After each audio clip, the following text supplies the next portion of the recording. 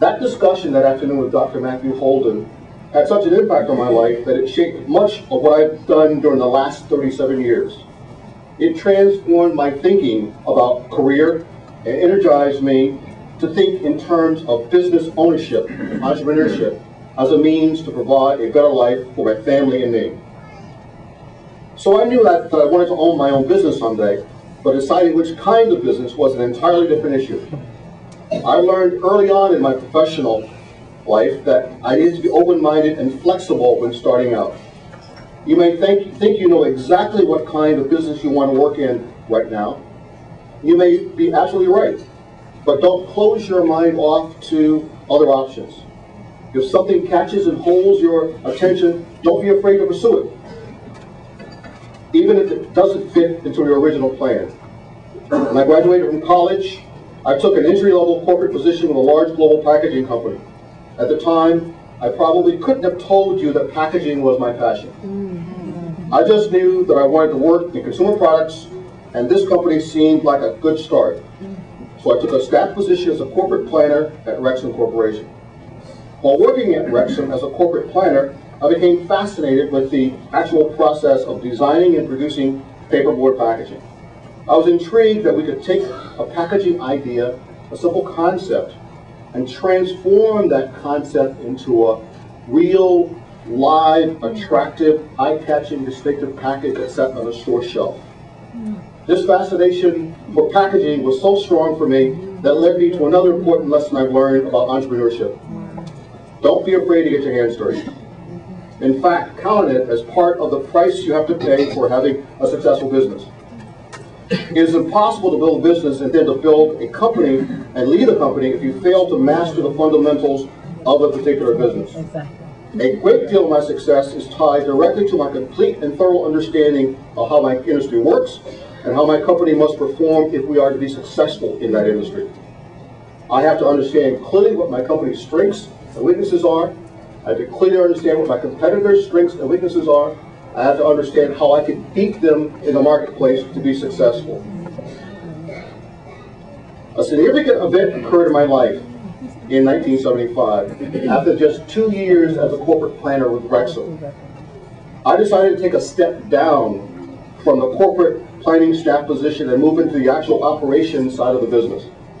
Leaving the fluff and circumstance of the corporate office and getting my hands dirty in operations, as I did, has paid tremendous dividends for me. By moving into operations, I gained invaluable hands-on knowledge and experience in packaging that benefits me still to this day. For almost 10 years, I continued working in corporate America, but I ultimately felt deep down inside starting to sprout that entrepreneurial bug that had been sown by Dr. Matthew Holden in 1969. So in 1983, I left my well-paying corporate job with very little money, but a really big dream, and the specialized packaging group was born. What happened during the first 2.5 years of my business could have disillusioned the brightest optimist, saddened the biggest enthusiast, and discouraged the most well-intentioned. We had very little business, mounting debt, and few new customer prospects. Things were so bad that no one would have faulted me were I simply to throw in the towel and return to my corporate job. I didn't just wake up one day as CEO of a successful international printing and packaging company. At no time do I want to leave you with the impression that success as an entrepreneur is easy. It's not. It's really hard work. No matter how smart you are and how hard you work, you are not guaranteed of success. Ironically, that's what I found to be one of the biggest advantages and biggest attractions to entrepreneurship for me. That is, you face great challenges, monster hurdles, major obstacles, then you find ways to fight your way through these challenges and you find solutions. Then you get to look back, reflect, and see how far you've come. It gives you gratification, sense of accomplishment, providing you with more motivation to continue. Another of the invaluable lessons I've learned during my career as an entrepreneur is that I cannot possibly know everything. I cannot possibly be an expert in all areas.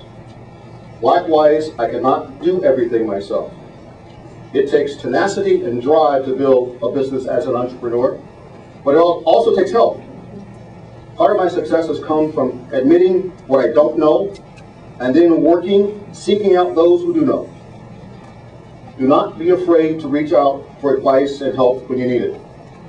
I have surrounded myself with people in my company who are smarter than me in their respective fields. They are vital to our continued success. Relatedly, and equally important, is a willingness to leverage the resources that are available to you. You are all fortunate enough to have the guidance of Granville Academy to help develop the skills that will guide you through the rough and stormy waters of building a successful business. I encourage you to soak up every ounce of knowledge they offer you, and also to listen to those informal lessons going on all around you. Let me conclude by saying that there is no magic formula. Becoming a successful entrepreneur requires several key ingredients. You must first have a dream. Dare to dream big. Remember, all things are possible for those who are willing to make the commitment and do the work. But I caution you that to dream without the requisite commitment and willingness to do the hard work is useless. You must have passion. If you love what you do, this is really not work anymore, is it? Find out what is your passion and pursue it. Commit yourself to education. In my opinion, you should never stop learning. Learning should be a lifelong endeavor. You are living in a time in human history where change happens faster than ever before. I required everyone in my company to read Who Moved My Cheese because of that very fact. You must therefore equip yourself through continuous education with the tools to stay abreast of today's emerging technologies. Develop strong skill sets. Get to really know as much as you can about the business, or industry, or profession that interests you. Become a student of your business or profession and stay abreast of all new developments and trends. You must have courage. Starting and running a business is not for the faint-hearted. You cannot be afraid of adversity or failure. You must have the confidence and determination that you are capable of overcoming all obstacles. You must remain focused and dedicated to moving your business forward no matter the sacrifices required. The rewards of owning and running a successful business are enormous.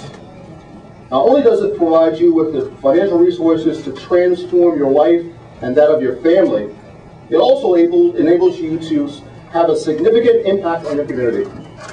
It empowers you to influence and impact how priorities are set in your community.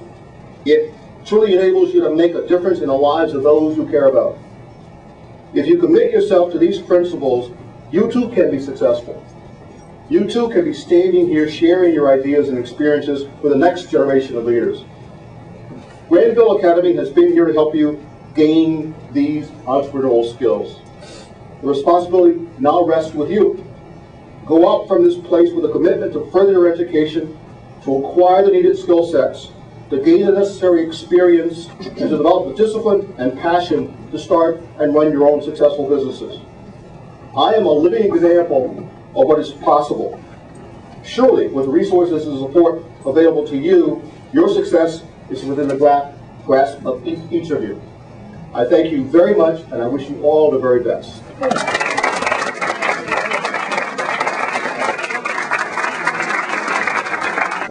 And it is fine having an individual such as yourself, an entrepreneur.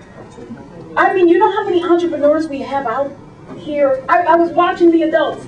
So young people, even the adults out here still have those desires and dreams to step out. It never stops. But you see that you can make your dream happen. That's what all of this here is in this room. It can happen. So we thank you, Mr. Highsmith, and